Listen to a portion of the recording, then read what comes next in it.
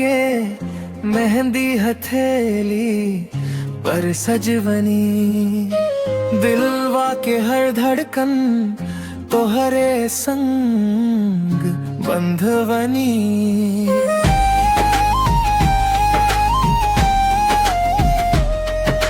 जब से तू मुस्काइलू दुनिया रंगीन भइल, तोहरे बिना ए सजनी जिंदगी सुनसान भइल।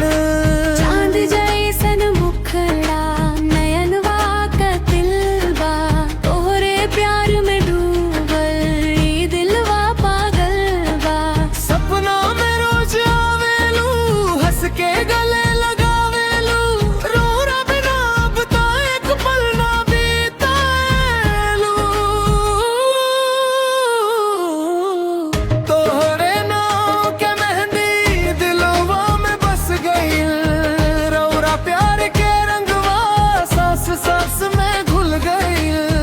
तोहरे नाम के मेहंदी मनवा में रह गइल, रोरा बिना ए सजनी सब सपना धुल धल गइल।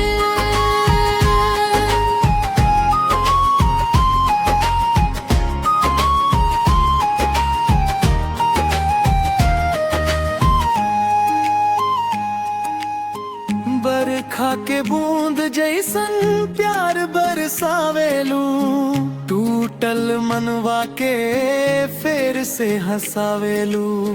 जन्म जन्म साथ रही वादा निभाइब, तोहरे खातिर सजनी दुनिया से लड़ जा